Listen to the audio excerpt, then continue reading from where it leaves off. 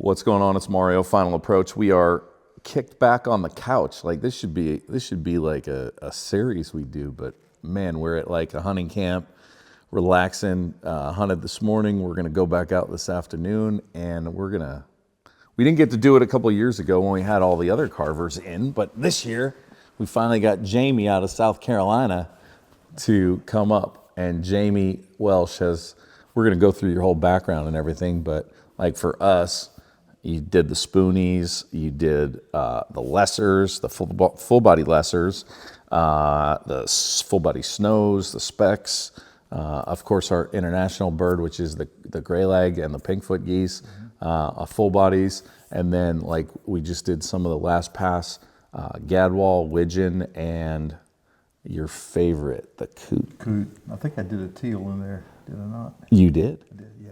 So Jamie is kind of so we taught, which is fascinating, if you're into the carving stuff or you're into just decoys or everything else. So you got started when carving? It was in the late 80s, I think about 1987. And two things kind of pushed me towards carving. I had a cousin who had carved a couple of little mallard decoys, Okay. Not even just a decorative little decoy. Sure. I had drawn several pictures for him, so I said, "Hey man, let me have one of those." He says, "No, it's too much work."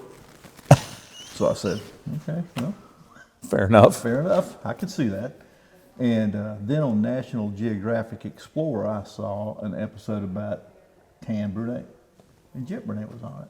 Yep, the whole family. Yeah, I recorded that and watched it so many times because when I saw what they did, I'd never seen anything like it, and I said, "Goodness, that's what I want to do right there." So I actually got in touch with him over the phone. With Tan. Yeah, with Tan. Okay. Because back then, you just dial information, they'll give you You're right. anyone's address or phone number. So I did that, and he was so nice and kind. I'm no one. Here's a Just out of 5-time. right, just yeah, exactly. Just some on the phone. some guy calling him up out of the blue. He told me about the carving competitions and just some general things. And over the years, I stayed in touch with him a bit, and I sent him photographs of some of my carvings. He would write handwritten notes on the back. He gave me a letter with one of those, and I still have it.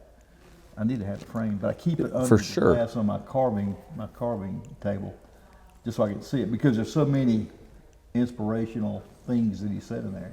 It's just special.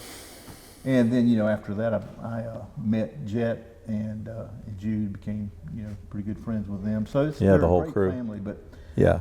those guys in particular got me going, as well as Pat Godden. Pat Godden has been, back in the day, he was, as far as instructional stuff, he's great. He's a great artist. But all his instructional work was so well done. I have wore out VHS tapes. So I can't say, I never had any formal carving lessons or anything like that, but I can't say I'm self-taught, because Of all I that. had good advice from good carvers, and also had good video examples of work from Pat Godden. Now, those will get you started, because you really need to do it yourself. Well, Seeing and doing are two different things, but just to get an idea what tools you might need. And we're totally going to talk about that. But Pat was awesome at, like you said, information. He is a great teacher. Absolutely. Yeah.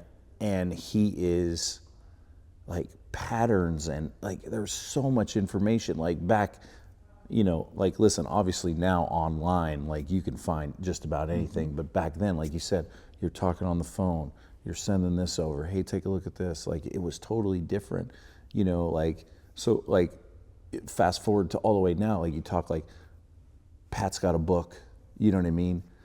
He's got all these, he's got a pattern book, he's got this, he's got carving book. You got Tom Christie he just did a book. And then Tom started doing this whole YouTube channel. The YouTube videos which is doing are outstanding. Oh my God. So informative, and Oh. Yeah. Yeah, it's amazement if you haven't seen it. So then let's talk. So before we go carving, were you doing carving all your life, or where you had a regular job, right? Yeah, I worked for Michelin in South Carolina for probably about 5 or 6 years, 7 years at that point, and continued. I continued working with them until I retired about 5 years ago. But yeah, this was just something I picked up. The only thing I'd ever carved, I took a broom handle and made a drumstick out of it, which I still have. So that was the only thing I really ever carved before then. And when I started carving, just to give myself a little head start, I went to one of those crafty stores and bought some of those, Asian-made decoys, just generic stuff. Yep. Well, I would take them and sand everything off and try to carve or wood burn feathers in there, Sure. and then paint it. And then I kind of like, that doesn't. That's just like practice, like that. Right. That's all you were doing. Right, until I Right. finally got a pattern, a Gordon Stiller pattern of a green wing teal, and a block of basswood that I went and bought from a local store for the body and the head, Right. and whittled that thing out. And I didn't have any type of Fordham or any type of grinding tool, so I took Right. No power an tools. electric drill, and I got a hollow rasp and put in the chuck. And then I tied the trigger back with a shoestring, and I would hold that thing. And it would get so hot, I'd have to wear gloves. And it finally just burned up, fried. Because it was not meant for that. I would use it. No, it wasn't at all. But, it worked. I still have that drill, too. It doesn't work, but, it's like a memento. Well, sure. Like that's the thing. So was that green wing teal? Was that the first bird? That was the first bird that I carved. And Do you have it? My mother has it. My mother has it. In fact, she has a lot of my early work. Holy crap! That's so cool. Yeah. Like, So that bird is still around. It still doesn't look good, but when Hey, I but- did it, I was actually pretty proud of it. I was surprised I could do Well, anything sure. like that. It's like, wow. well, and here's the thing that I've talked about it with Tom and Pat and Wayne, is like you could get into carving and like do it right, and then you could paint, like you could do all that right, but you either have a high level of that creativity somewhere here, whatever side of the brain it is, right? Like you either have that high intensity section of your brain that you can handle that and do that, and you just need to open it up. You either have it or you don't. Yeah, Like you can learn how to do some things, but if you don't have that, like it's a no-go. Even now, after I've carved something, especially if it's something like a printing bird, so I try to process in my mind, well, what did I do? I know all the things I did, but what allowed me to do that? I look at it and I think, how did I do that? I don't, it's like you said, it's at a different level subconsciously. I don't know. You're just doing it. Yes, Your hands and your brain are because just. I can show people how to do things. I used to do seminars, and I would say, do this. I would be there right with them, and you don't get everything quickly, but you can tell pretty quickly if somebody has, an aptitude for that carving, and then you can go from there. Some people just don't, but even if they don't, they can make something they'll enjoy. Sure. And the family will love to see, and it'll be an heirloom. It doesn't have to look like a world champion carving, I was just gonna say that. Like, listen, anybody, and it's. I don't want to say it's a lost art, but there's a lot of things to do these days for kids or people. Right. Like anybody who wanted to, like, there's so many things you could do. Like, and the carving side, like, there's so many cool things that you could carve. Like, it doesn't have to be a duck. It could be a songbird. It could be anything. Like you could. Whatever you want to do, you know what I mean? Like it is such a cool craft that, like, I think we're not real. I don't want to say we're losing, but I just don't think we're introducing enough people to it because it's not out there now with online and everything else. And like I said, Tom doing this, and you could find Pat stuff or this, or there's guys on there. It's so much more out there, whereas like you had to search it out. Like really Pat had to go dig. find stuff, and you had to call somebody, and it's so different now to get started than it was back then. Exactly. So much more out there. Even when I started, you had a few pattern. Pat had done his pattern books, I guess, back Yes. in the 80s. Yes. But think about when he started. you know, him and Tam Bernay and some of those early guys like Jim Foote, you know, they're the one that blazed the trail. They created the reference material that we have now. That's And right. They created the techniques that we use because it didn't really exist No. until like maybe in the 60s. A few people were using wood burners or some type of soldering iron. Right. You know, that would be pretty crude because you just are limited by the tool. But when those guys started really, you know, they were just so daring really in their techniques. Try stuff that nobody's even tried or even That's thought right. about trying. That's right. And here we are, you know. Well, it's just and technology, you know, kicks in like when you're starting. Everything was crude and got better. You know, the hand tools were crude and got better. The burning tools were kind of crude and then got better, right? And then we go to power tools, and like when that started, I don't want to say it was crude, but it was to where it is now, right? Like everything has changed so much. So things have gotten so much easier to carve, but you could still go back to a big rasp and big tools and hand tool. You know, like you could do whatever way you want to do it. You know what I mean? Which is pretty cool. So when you started, obviously it was different, but like when you're carving now and you're doing something for us, are you a hand tool guy? Are you a power tool? Are you both? Like what's your method?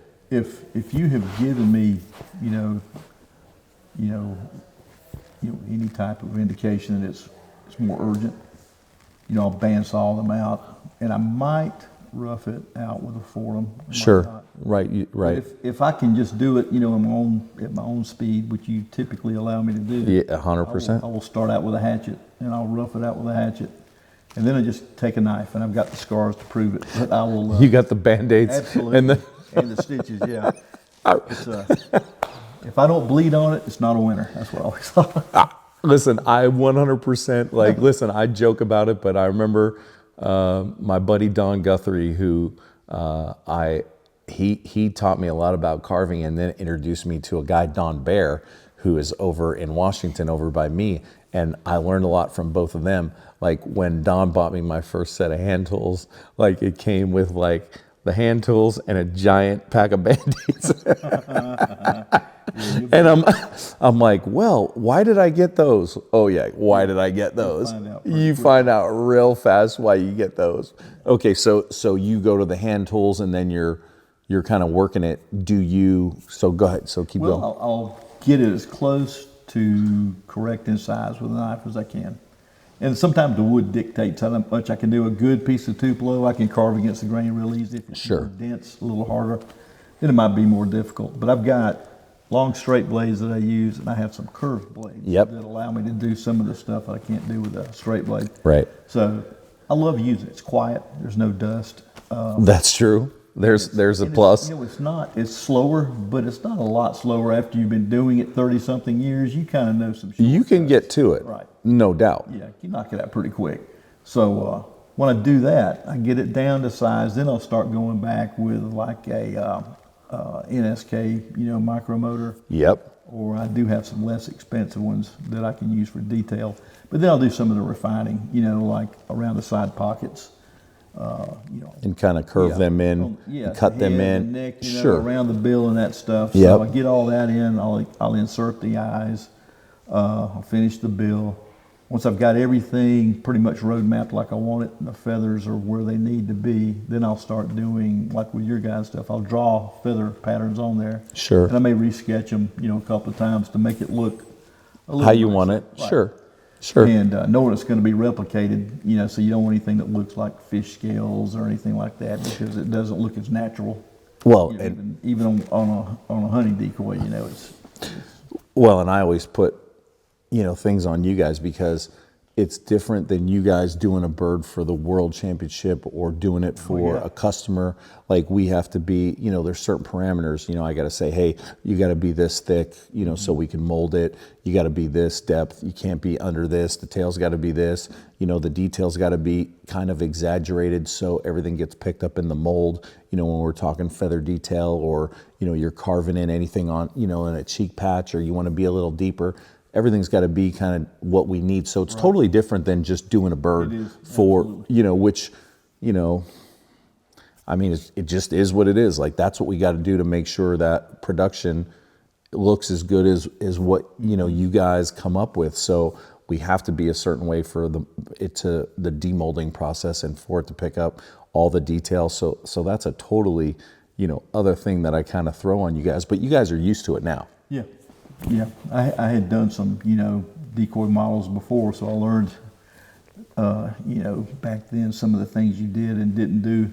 But still, it's when you're carving, you still want to do something that in the back of your mind, you know, is like, oh man, this is shaped well. It's a Right. competition type bird up till this point. When you exaggerate the texture, of course, Sure. Well, sure. then it's more practical. But I still like to put that effort into it instead of rushing through it. You know, spend a little time on the build just to make sure it looks good. You know, sometimes you have to make everything a little stronger. You know, like the sprig on the pintail. No doubt. Reinforce that. That's right. But I know one time, I think on the shoveler, didn't the bill get broken off on one of those? It did. There? It Yeah. did. And they glued it back on. Yeah. Yeah. So you gotta Stuff be happens. ready for repairs. You got to be ready for anything. No matter how robust you make it, anything can happen to it. Yeah, and it, you know, it just is the process that we have. So sometimes something happens. So let's talk about this, because this is something that I can 100% sure that everyone that carves has their own process. And what I mean by that is, like, I get a picture and I go, I think I want it to look like this. So I send the picture over, and then we talk, and then I just go for it. And then you guys start. Now, Tom has a certain way, Wayne has a certain way, Pat has a certain way, you have a certain way. Like, Tom likes to sit and do this unbelievable hand sketch with all the feather detail. Like he needs to, and I always talk about this, and I talked about this with all the other guys. Like, he wants to see everything so he knows the roadmap, right, of what he wants to do.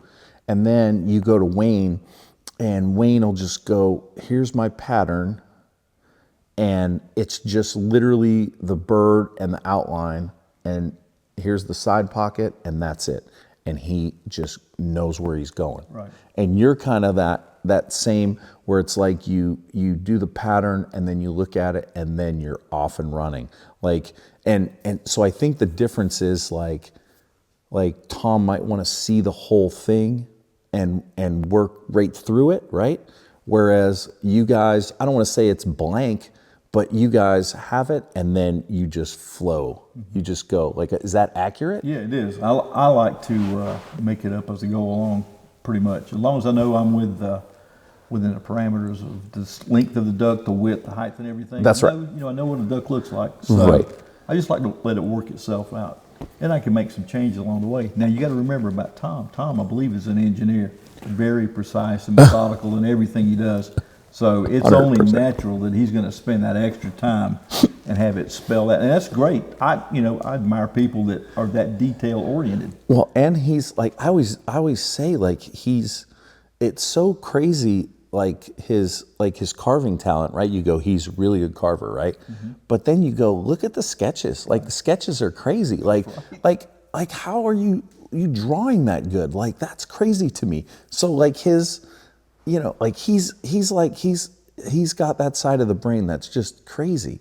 But that's his process, right? That's why I go, like, you have your process, and you just let it flow, and it just comes to you as you go. Because, you know, and I one thing that I never forget, like, you said this once to me, and I laughed, but then I was like, I can't believe you're serious. You go, I never like any of them. And that blows me away. Or you say, I'm never satisfied with when I'm done. And I just go, everything looks so good, but that's that always striving to have it the best. Like, you know what I mean? Like, you say, even the ones you won. Yeah. Even when you won your world championship, like, all those, you were like, yeah, I think I could have done better. Like, Yeah. you really feel like that? I think a lot of carvers have some of that. You know, you'll look at it and you'll say, man, I wish I should have done that a little better than I did, you know, or spend a little more time on this. But I really don't want to ever be completely. I've only done. I don't even know how many carvings I've done, but I've only had about 2 or 3 that I would not change anything on. One is a pair of grebes I did that I won in 20. That was one of your championships, Yeah, right? That one, and another was, I can't even remember what was it. It was I think it was a mallard drake that I did for a collector. I spent a lot of time. I did all those detailed sketches because I sent them to him. Because you wanted it to be. I wanted him to have some provenance with it. You know, That's cool. just a little bit extra. I always give a customer a little extra. Well, and you can look at one of your carvings and go, yeah, maybe I could have done this, or you could because the birds are so. Listen, there's so many different things on a bird that you could change or do. Like, of course, you could look at it and go, oh, I could have did this, or I would have did that. But like, I take which is crazy to me. I take the picture when we start, and then when you guys get done, and it is like we did the carving first, and then we took the picture. Mm-hmm. It's not the other way around. So you saying that is crazy to me because it comes out, and then it comes out exactly the way I wanted it and the way we talked about it, and there it is. And then I got to be on the factory's ass to make sure that, those guys, paint-wise, mold-wise, like everything is mm-hmm. Up to your speed and up to your creativity and what you guys did, because I never want you guys, and I said this to everybody else, I never want you guys to feel that we let you down on the back end, right? We didn't do our part of it, you know what I mean? So I'm always pushing the factory, the paint, everything to be up to speed with what you guys did, because I never want you guys to be like, oh, that's my carving, and then, or else you just go, yeah, that's my carving. You don't even want to admit it, you know what I mean? You guys, you're so good to work with because you give us free rein. You tell us what you want, and then we deliver it. And what's interesting, you mentioned that we all would give you a carving that looks very similar to what you wanted. But you know what? If you put all 4 of our carvings together and then we carve the same thing, none would look the same. Listen, that's sure. That's interesting, isn't it? How Listen, you have something that's so different. And the awesome thing about that is when you put all the birds out, all the decoys out, if you had everything, say you took all the puddle ducks and put them out, right? Everything has a different attitude, a different look, and it looks like a refuge of birds because they all don't look the same. Mm-hmm. It's not the same carver. It's not the same style. It's not the same anything, right? So when you put Pat's mallards with a couple of Wayne's teal, your spoonie, and say your coot as well, Tom's pintail, or your last pass widget, you could put all those out and you just go, look at that. Everything's got different flow to it. They all look good, but they're all different. So, that's the cool thing about having you guys do, listen, you guys are doing each bird that sometimes it's hey, Tom's busy doing this. Can you do this? But it's also a lot of times where I'm looking and I go, I think Jamie's the guy to go to for this. I think Tom's the guy to go to for this. I think Wayne can do this. And I'm always having you guys kind of do things that maybe that you want to do as well. Mm-hmm. You know what I mean? I know the coot wasn't your favorite thing to do. It's okay. Kept me busy. But you know what I'm saying? Look at how good the geese turned out. The full body geese. They look the lessers, the new lessers, the live lessers look so sick. And I know that's a lot of wood, but I'm telling you, those look so good that it's just crazy. So everybody's got their flair and what they do good, and then all you guys are just talented. It doesn't matter what I give you guys; it's going to turn out what I need. I enjoyed those lessers, and I have never actually seen a lesser Canada goose. So you gave me some good reference material, and I dug up some on my own. Man, but they came out so good. everybody, we like to carve birds that we see and are familiar with, but every once in a while you're going to have something like that. So then it's not just a challenge to carve the decoy. Now you've got to carve something that you really aren't familiar with. And you've still got to capture the nuances of it and what makes that thing a lesser. The attitude, right? Yeah. The attitude, right? Exactly. So, we always talk about like when Tom did like when we talked to, like when I talked to Tom about, hey, let's do like the attitude of this widgeon, right? Like let's do like this like you nail the attitude, right? Like, you could joke about like the shoveler or say whatever, but guess what? We nailed the attitude. Like you look at it and you go, that's a spoon. Like that is it. You know what I mean? Like you can go through all that stuff.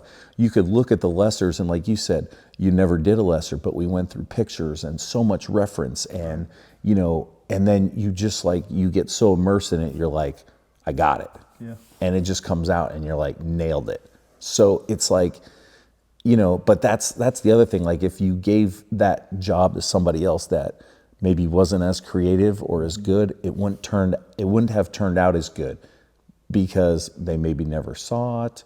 And you said, you didn't see as many, and you just go through that, but you just have that creative side where it's just like, I got it.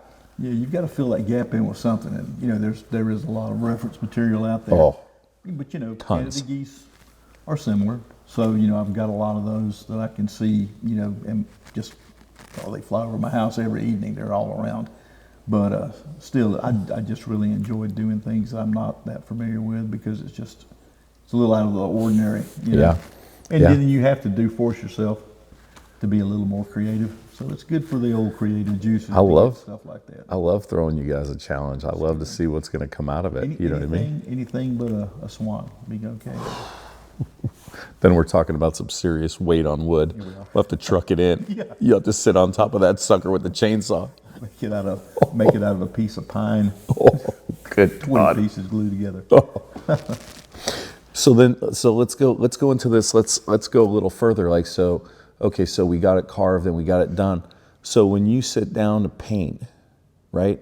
What's your process on that, and what's like your go-to, like let's say paints or brushes, because everybody, like when we went through the paint process and talked about it, talked to Wayne, talked to Pat, talked to Tom, like they all go through their, like I like to use this brand and this brush, like, they're very specific, and you have to be like, that's the tools of your trade, right? So what's your go-to combo? Yeah, for paints, and this is basically because what I learned from Pat Godden's videos, back in the 80s, is Joe Sonia. Yep. Gouache acrylics. Yep. Now I have branched out a good bit. I still use those, but I use chroma and I use traditions. Yep. And there's probably some other, off the wall stuff. I've Sure. had just about everything I can find, especially if it's a color. I always use acrylics. Sure. But always, if it's in a color that seems to have a little more vibrancy or something than another manufacturer, they're not always the same. Correct. So I've had Agreed. hundreds and hundreds and hundreds of paints. In fact, one time I used to buy those Joe Sonia paints locally from an art supply store. Yep. Well, they were closing them out, and they had the Joe Sonia rack. Oh my God. Metal rack with a wooden top on it. It had like 8,000 slots in it. And I said, how much for the rack? For everything? He said, I'll sell you those tubes of paint. Well, no, I said, how much for the rack? And he said, I will sell the rack to you for $25 if you'll buy those tubes of paint at $1.50 a piece. I'll take it all. Done. I don't even know what it cost, but it was well worth it. And I had crazy colors I'd never used that I'd just give away. But I had so many. You probably had enough fish paint forever. I had anything I needed. It was like a candy store. Oh my God. It was great. I think I've gone through just about most of those tubes by now, or either they dried out the tube and were never used. You just buy more and hang it up on the rack? That's what the rack's there for. That's awesome. Yeah, the rack my is God. pretty cool. But I've used those type paints predominantly. And Sure. as far as the brushes go, Yeah. What about your brush game? I'd have to say that I get, like for my base coats, I use a wide synthetic brush. And I'm not too particular about those because Sure. I'm not doing any real detail work. Right, you're just getting the right. base, or you're just getting your main, right? Right. And but I have on the detail, I use Raphael Kalinsky's or Scharf Kalinsky's, and they're all expensive. Sure. Oh yeah, there's no And doubt. they may last 1 or 2 decorative ducks, but I don't toss them because I can still use them to do other stuff. Totally. So I use those tools as far as I use an airbrush. I don't use the airbrush to do final painting, Sure. but when I put my base coats on with a regular brush, Right. I can go back and soften those edges with the airbrush. I could do that wet on wet or Sure. any of that, but for me the airbrush is so quick and so clean It that blends. there's really no reason not to use it. And you can use it for highlights and shadows Oh. before you go and do all your detail. But typically, those are my main tools. And I would say the Kalinsky brush is the main thing I use on decorative, just because I will virtually repaint the whole duck one stroke at a time with those little tiny brushes. Just to, I don't know, it adds something to it. And There's most no people doubt. may not even notice it. I hope the judges do. When I judge, I'm looking You for see kind all of thing. that. I see it. So I want to do the same thing. I know what, at that level, I know what judges are looking for. When everything is so close between two birds, they're going to start to nitpick. Oh, they have to. Yeah, they do. So I mean, sometimes you've that's done all it. needs, yeah. So like when you're at that level, when you're at a world championship level, like the contestants are expecting you to be that detailed in what you're looking for. Right. So that is the extra that you have to look at and go, they went past that. Right. You know what I mean? Or they did that. There's no doubt. I mean, you are at the top of the top when you're judging that. Yeah, and when you judge, you're with, also you probably have 2 or 3 other world champions as judges as well. So you have varying opinions. You might have some passionate discussions, but typically, Sure. it's pretty easy to come to a consensus on first, second, third. And The top birds are top birds. Yeah, it's always very, very enjoyable. One of my favorite categories to judge at the World Championships are the three bird World Championship. The world gunning rigs. outside. Man, that is so hard to judge. It is. In some birds, you'll see a beautiful bird, and the water may be really rough that day, and they're not riding well. Otherwise, they would be in the top 3 or something. It's just that. There's a lot that goes into And it. then you got, the Carver will say, well, what was wrong with this and this and this, and you have to give them a critique. Yeah. I think you owe them that, but you just try to be objective. If you have the information to back it up on why something was hit or miss, like they got to respect that. You know what I mean? It's not at that point. It's not an opinion deal. It is hey, this is why I scored this, or this is what's going on. Like, it is what it is. Yeah, most right? Carvers are right on board with Oh, the yeah. critique, and Yeah. if it's a novice, I try to give them the positive aspects first. That's But I right. don't want it to be all negative. So Well, yeah. I'm looking for something they did well, because there is invariably something they've done a good job on. May not have gotten them the blue ribbon, but still it's something that they can build on later. So. Well, and if they're younger, right? Right.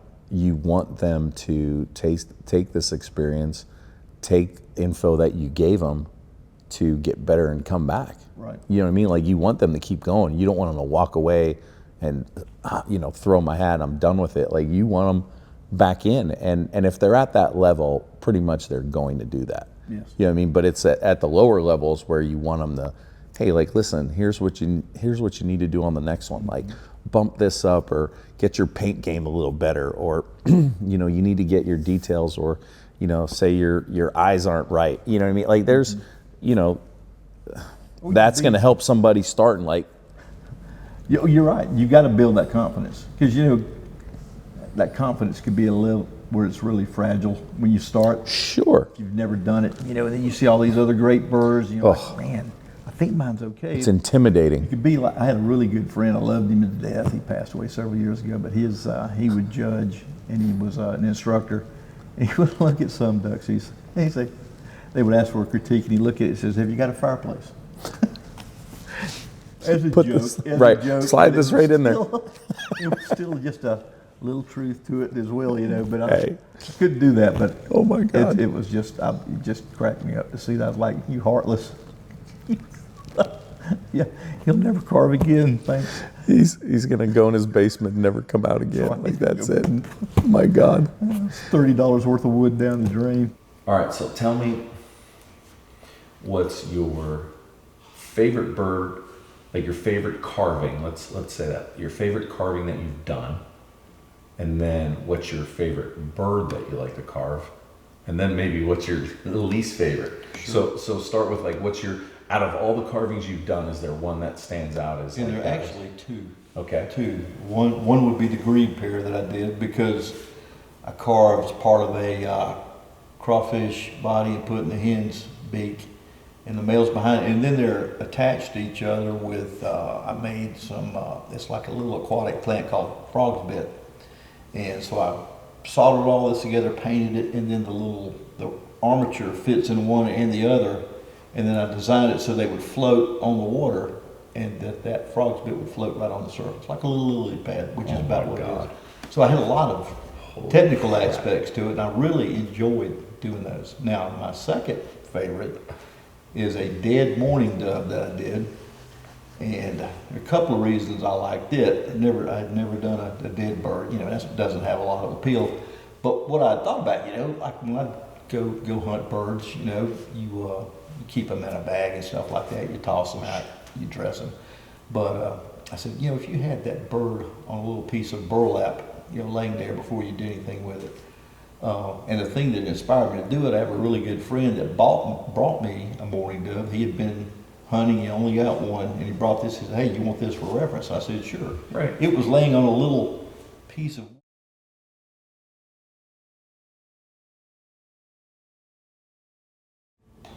probably close to 20 years ago. I still have that bird in my dead duck freezer in that pose on that piece of wood. And so I carved it in a miniature. And then I carved it and the burlap that it was laying on out of one piece. Oh my God. And then I laid it over, I carved it so that it would lay over a piece of walnut, and I carved the top to look like an old tabletop. And then I put it all on a base that my buddy, who was a really good welder, made a base for it. And Did you enter that? I did. I entered it in World Class Miniatures, and I didn't get anything for it. I thought I might place in the top 3. I didn't think I would win, but I didn't get anything. But that was okay because I still like it. That's one that might be just a few things I would change on it, but not much. So those two are my favorites. My favorite duck to carve is probably lesser scaup, little bluebill. Yeah. I love those drakes. I love the hens too, but that little drake, I don't know, just something about the way he looks, that attitude he's got in his head, just the way he looks, and the colors on that head. No doubt. Just pops, you know. They're just neat little birds, and that bill, you know. Oh yeah. You like gotta it. nail Yeah, the bill. Yeah, so it's just, Yeah. I don't know, I just really like those little guys.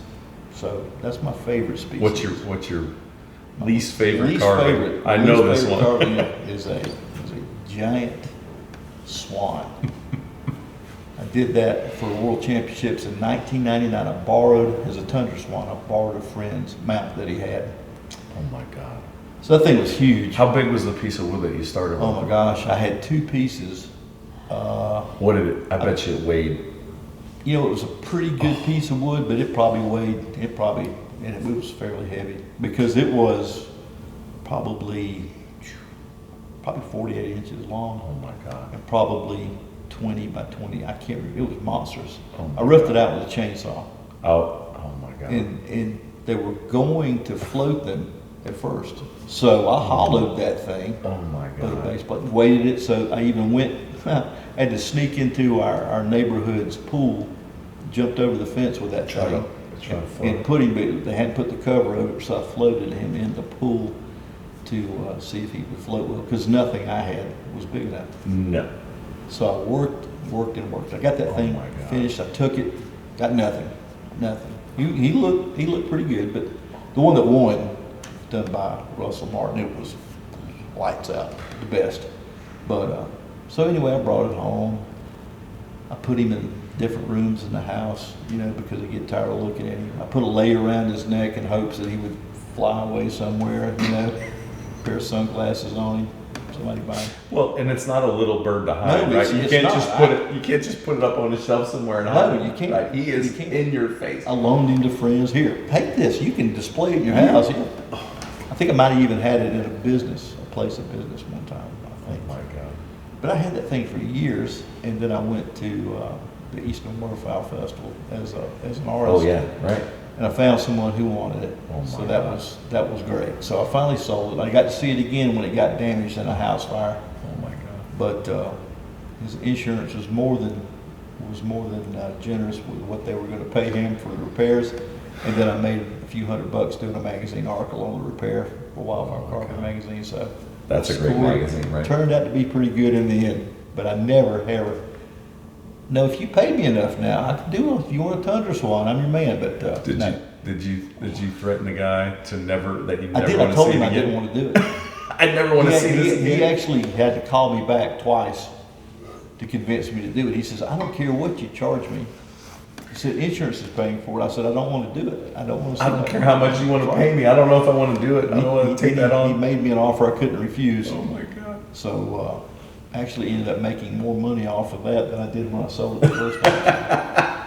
Oh my God. But, Sometimes stuff just happens. Yeah, it and does. just, it is what it is. I don't want to see it again, though. No, I was just gonna say, is there a certain category you like? Like, do you like? Here's the other thing. Like, do you like branching out? Like, do you like doing, songbirds or fish or anything else? Is there anything else that draws you? Like Pat was like, I started doing fishing lures. That's how he started. Like anything that draws you. Like, I always look at a couple things and I'm like, man, a songbird would be super cool to do, or a bird of prey or something like that. But like the detail and everything else is so crazy to do. Like, you know what I mean? Like, I don't know. Different anatomy. And Oh, And I'm not knocking anyone. There are only a few people that are like Pat that can go from one species to another, like birds of prey, any raptors, right.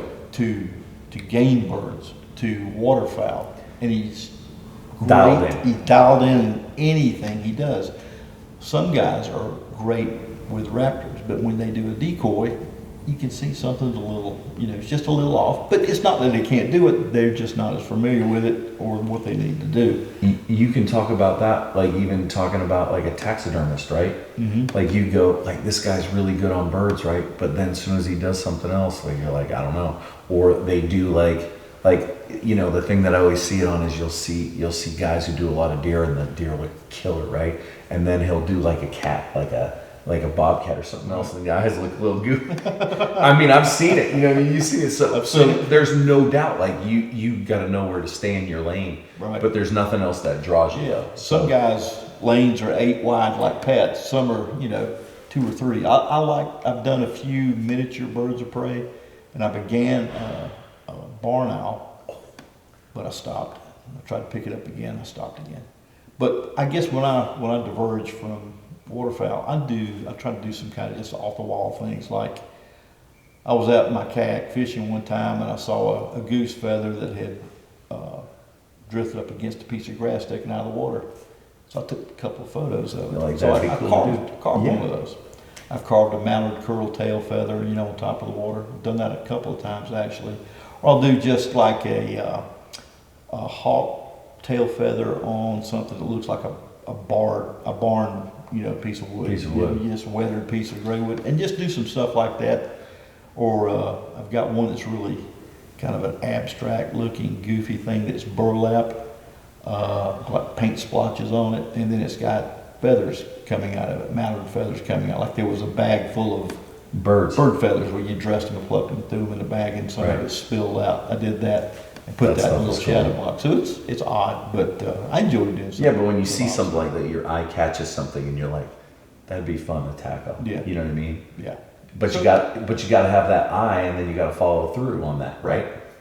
Yeah. Not now- everybody can do that. Yeah, I've got one idea now. We have on our back porch, we have these blinds that come down, on the inside. Well, there was a bug on the screen outside, but a wren flew up there to eat the bug, and you could see the shadow of the wren and the bug on there through this, with the sun hitting it. So I took my phone and took a quick photo. So I have actually started working on that, but I'm going to do something that would be just like something you would frame, but I'll texture it kind of like that blind, but I'll paint the shadow of the bird and the bug on the back of it, and then I'll, how light plays through those blinds. You can see a few things. I'll do some stuff like that. So it allows me to be creative. Hey. Something a little different. Most people may look at it and say, it's nice, but Hey. I do a lot of things just for me. And Why not? Somebody in the family usually Enjoy wants it. it. So it'll be in the Jamie Welch permanent collection, and that's fine too. There's nothing wrong with that. Yeah. So Awesome. it's just, I don't know. I don't feel I'm as creative in my older age as I was younger. Well, it's probably a just little harder. adventurous. That's all. I don't know about Probably creative. Yeah. But no, it's still something I really enjoy and love doing. Well, listen, we love having you on board doing stuff, and we got some great stuff out of you. There's more to come, so we appreciate everything. So it's awesome having you And on. I'm looking forward to it. I've enjoyed it. It's been a great ride. Awesome. All right, folks, that's Jamie Welsh from South Carolina, one of our carvers with Final Approach. Obviously, you can see his stuff. You see it on the boxes when you buy the spoonbills or you buy the coots or whatever you buy that's Jamie's. It'll say right on there, 3-time world champ, Jamie Welsh. So you met the guy, all the info. If you ever need something, hit us up at fabrand.com. You go to our social pages or our YouTube channel, Final Approach.